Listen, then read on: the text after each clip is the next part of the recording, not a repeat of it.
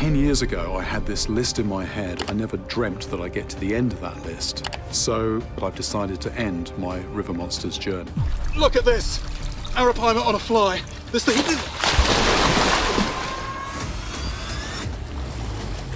At 69, Jeremy Wade has finally broken his silence, and what he revealed about river monsters might change the way you see the show forever. For years, fans believed it ended naturally. But now, there's a darker story emerging, one that was never meant to come out. For nearly a decade, river monsters kept millions on the edge of their seats. From flesh-eating fish to legends that felt almost too terrifying to be real, Jeremy Wade became the face of fearless exploration. But behind the cameras, things weren't always what they seemed. Rumors started circulating after the show quietly disappeared in 2017. No dramatic finale, no major announcement. Just gone. Fans had questions, but no answers. Until now. In a recent interview, Wade hinted at something far more unsettling than low ratings or creative burnout. According to him, certain discoveries made during filming crossed a line, one that producers didn't want to deal with. We're talking about encounters that were too dangerous, locations that were suddenly off limits, and moments that never made it to air. Some footage, he claims, was even pulled entirely and locked away. So what really happened behind the scenes of River Monsters? Why was the show truly canceled? And what did Jeremy Wade experience that still disturbs him today? Stay with us and hit that subscribe button, because the truth is far stranger and darker than anyone expected. The teacher who chased monsters.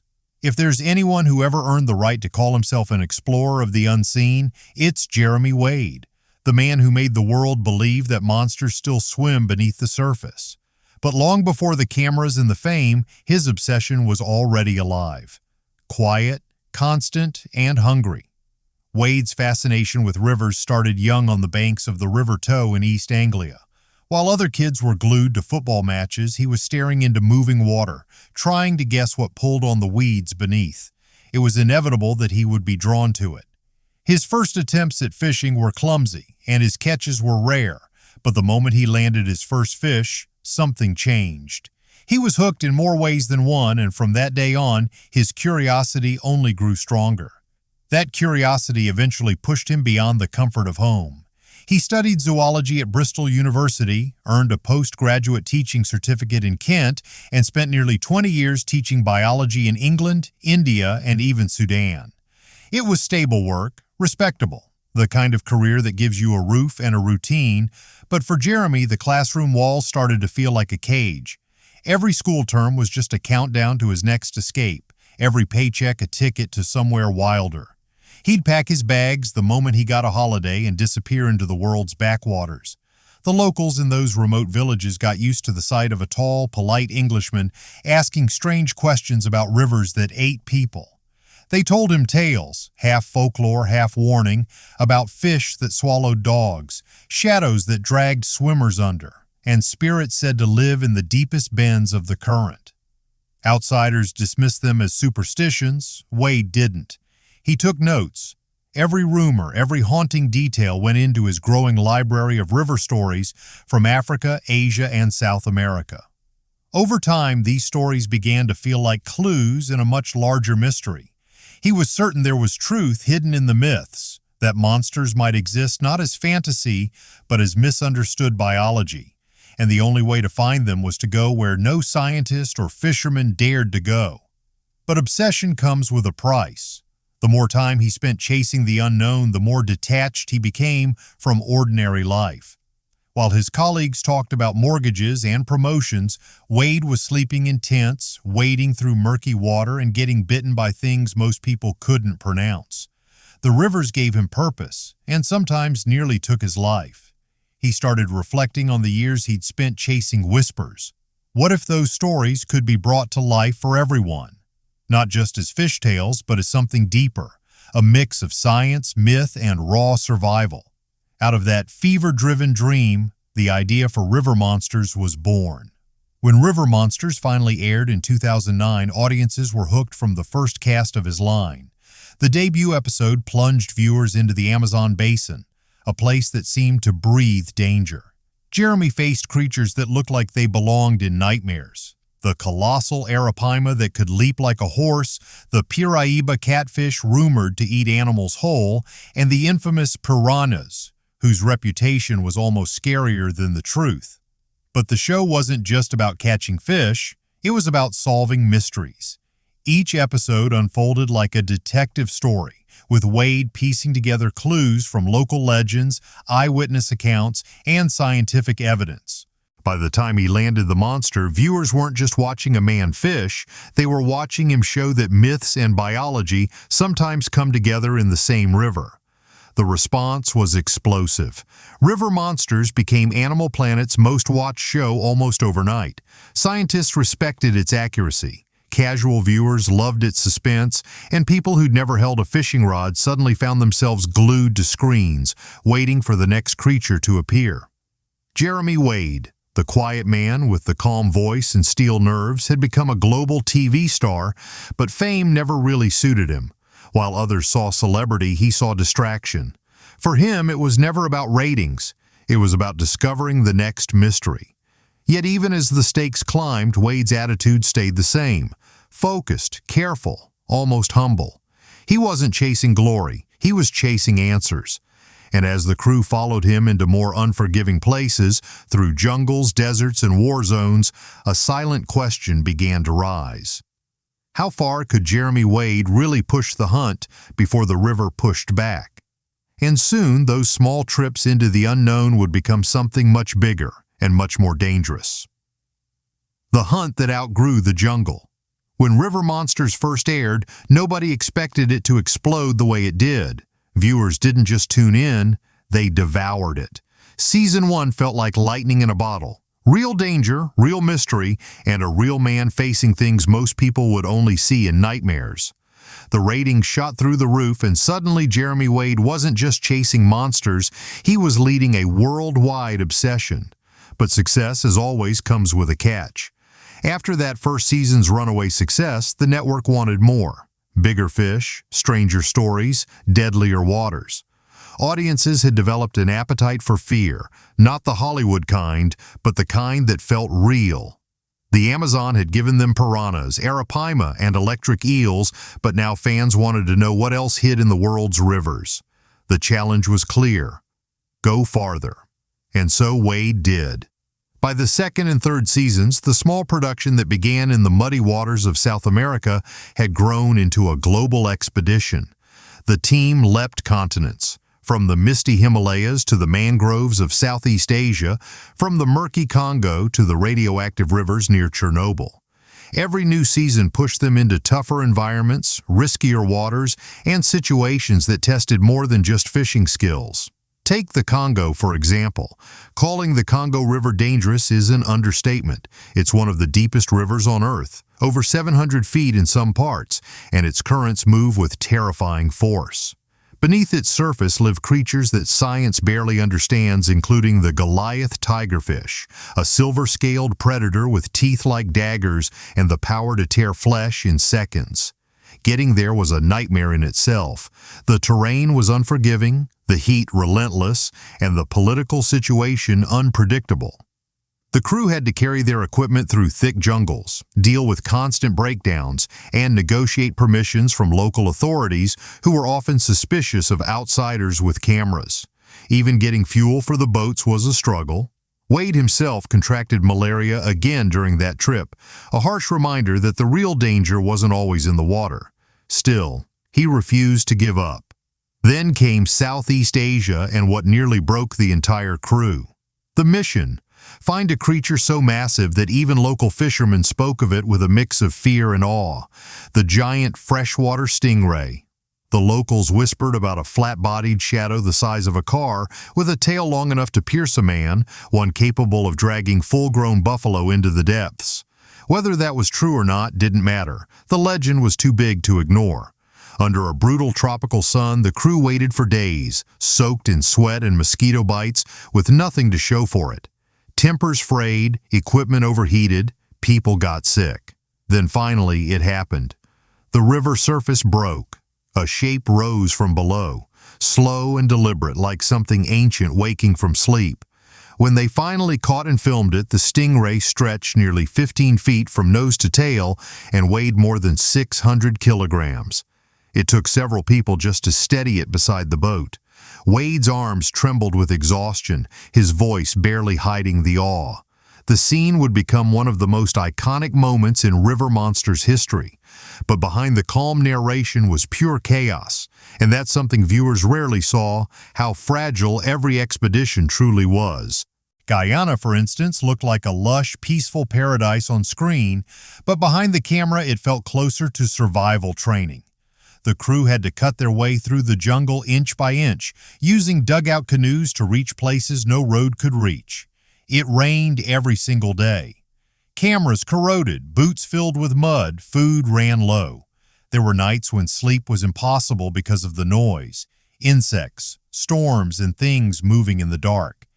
And yet, they kept filming, because for Wade, every hardship was another step toward understanding what lived beneath the surface. As the seasons rolled on, the stakes only grew higher.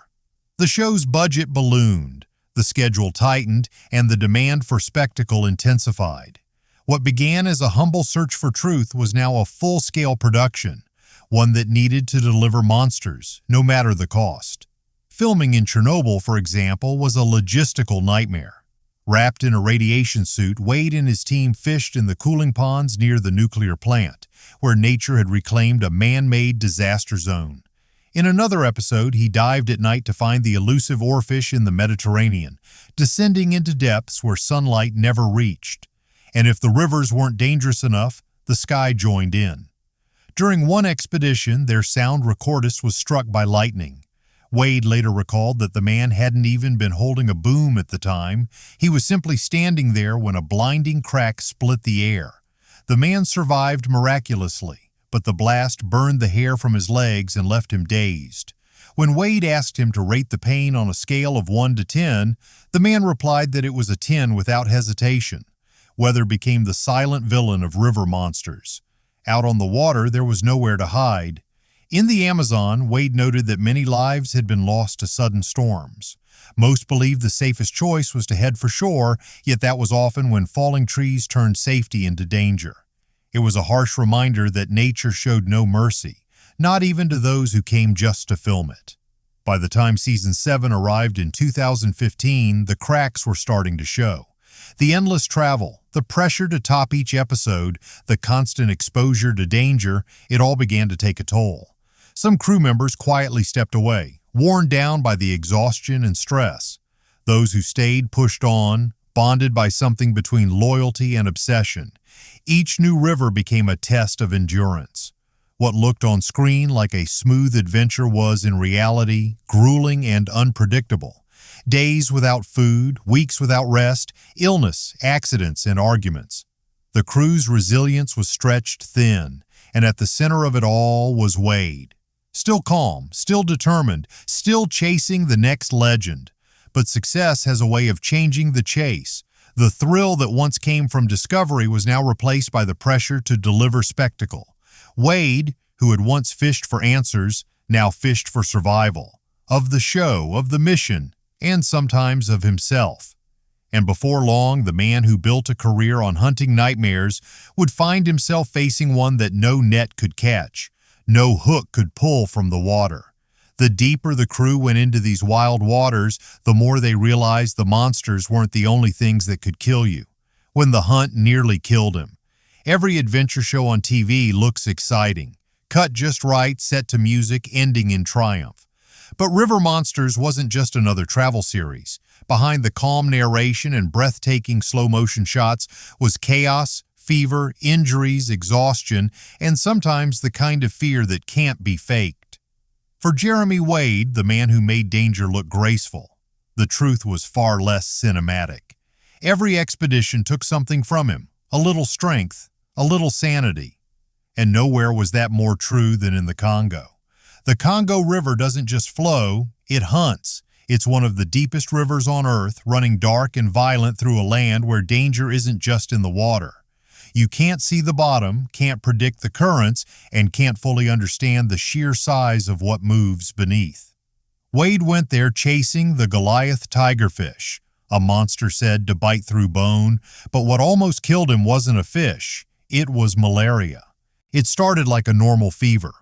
Then came the chills, the headaches, and the moments when reality started to blur.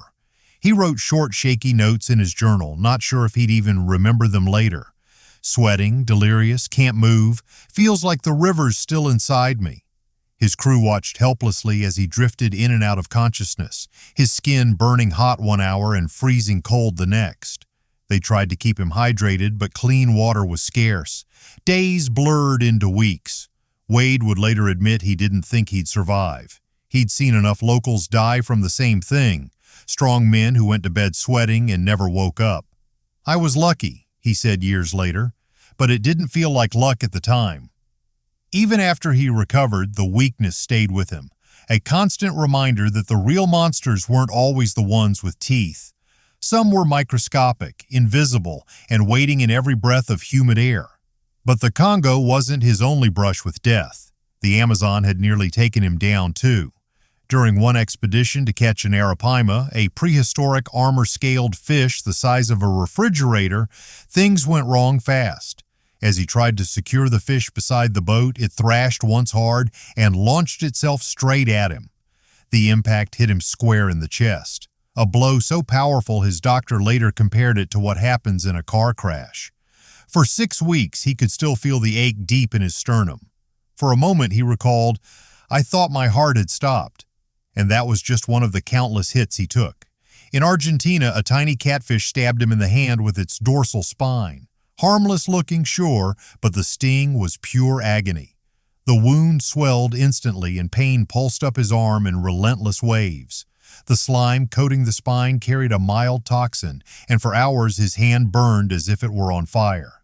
It wasn't life-threatening, but it felt like it. Then there was the time he nearly shocked himself. Electric eels are no joke. They can deliver up to 500 volts, enough to paralyze a grown man. Wade understood the risks, but standing waist-deep in muddy water while trying to capture one on camera left little room for control. If one struck, the shock alone might not be fatal. It was the paralysis that followed, leaving a person unable to move, that could lead to drowning. To film safely, he brought in specialists, the kind of people who work on live power lines and suited up in thick rubber gloves and boots. They even carried a defibrillator on set. It sounds absurd, but when locals tell you about a man who died because an eel wrapped itself around his chest and delivered shock after shock until his heart stopped, you take no chances. For all the science and planning, there was no real protection against nature's unpredictability. And yet, through all this, the show had to continue. The long hours didn't help. Days stretched into 14-hour marathons under brutal conditions, either freezing cold or unbearable heat. Meals were inconsistent, sleep was a luxury, and comfort was non-existent. There were no trailers, no air-conditioned breaks, no glamour, just mud, insects, and exhaustion. Every expedition took weeks of travel, endless customs paperwork, and months of recovery. By the later seasons, Wade was in his 60s, still carrying heavy gear, still pulling himself into boats, still sleeping under mosquito nets that barely kept the bugs out. His voice stayed calm on camera, but behind the scenes, his body was breaking down. Years of stress and strain had built up quietly. The infections, the bruises, the bites that never quite healed, and it wasn't just him. Crew morale was unraveling. The original team, the ones who'd started the journey with him, began to burn out. Some left quietly, unable to handle the constant exhaustion anymore. Others stayed because they couldn't imagine doing anything else. "You don't just leave river monsters," one cameraman said. "You survive it." But even survival had its limits. The crew filmed through floods, political unrest, equipment failures, and near-death experiences, and yet Wade never complained, at least not openly. When asked if he was fearless, he simply laughed and admitted that fear was his constant companion. It was fear, he said, that kept him alert and alive. That honesty became part of his legend. He wasn't an invincible hero, but a cautious, calculating survivor, one who respected the water enough to fear it. Over time, he learned that fear wasn't weakness, it was instinct, the difference between a close call and a final one. Then, in Thailand, during what was supposed to be a straightforward stingray episode, Wade's luck nearly ran out for good. He spent hours fighting a massive freshwater stingray, a creature with a tail like a sword. The struggle left him drained, and somewhere in the chaos, something gave. A muscle tore in his back, a lifelong injury that still limits him. "It's the one souvenir I didn't want," he joked later, but the smile didn't hide the pain. Every scar told a story, but they were starting to add up. The irony wasn't lost on him. The man who spent years hunting monsters was now being hunted himself, by exhaustion, age, and the creeping realization that even passion has a price. Wade once said that after a while, the rivers start to take pieces of you. A bit of strength here, a bit of confidence there, until you realize you're not the same person who first dipped a hook in the water. Still, he kept going. Not for fame, not even for the thrill, but for the questions that still lingered in the currents. And yet, as his body slowed and the camera rolled for what would become the final seasons, Jeremy Wade began to notice something strange, when the monsters began to disappear. For years, river monsters thrived on discovery. Every new season felt like stepping into uncharted waters, fresh mysteries, bigger fish, stranger legends. Jeremy Wade had reeled in giants from the Congo to Cambodia, each story a mix of danger, folklore, and science. But somewhere around season 5 or 6, the hunt started to change. Not because the crew had lost their touch, but because the rivers themselves were losing their monsters. At first, nobody wanted to say it out loud. Maybe they just needed to look harder. Maybe the next expedition would bring back that spark from the early days. But as the trips went on, the silence in once bustling waters became impossible to ignore. The world's greatest freshwater detective was running out of suspects. And here's the thing. If Wade had wanted to fake it, he could have. Plenty of shows do. Make a ripple look like a monster, add dramatic music, pretend something brushed your leg. But that wasn't Wade. Authenticity was his religion.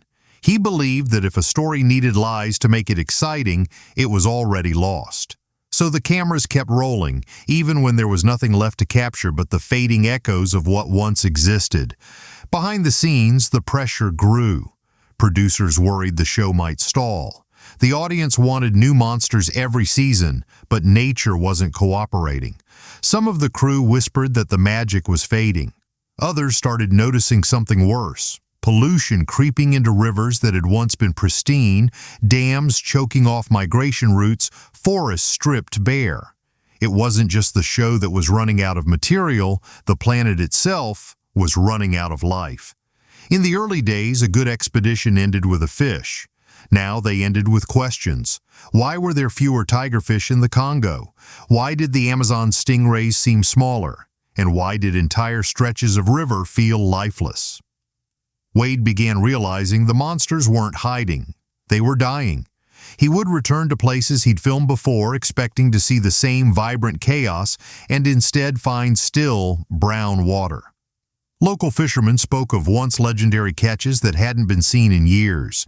Even the insects seemed to have vanished. It wasn't the kind of danger that made for great television, but it was the kind that kept him awake at night.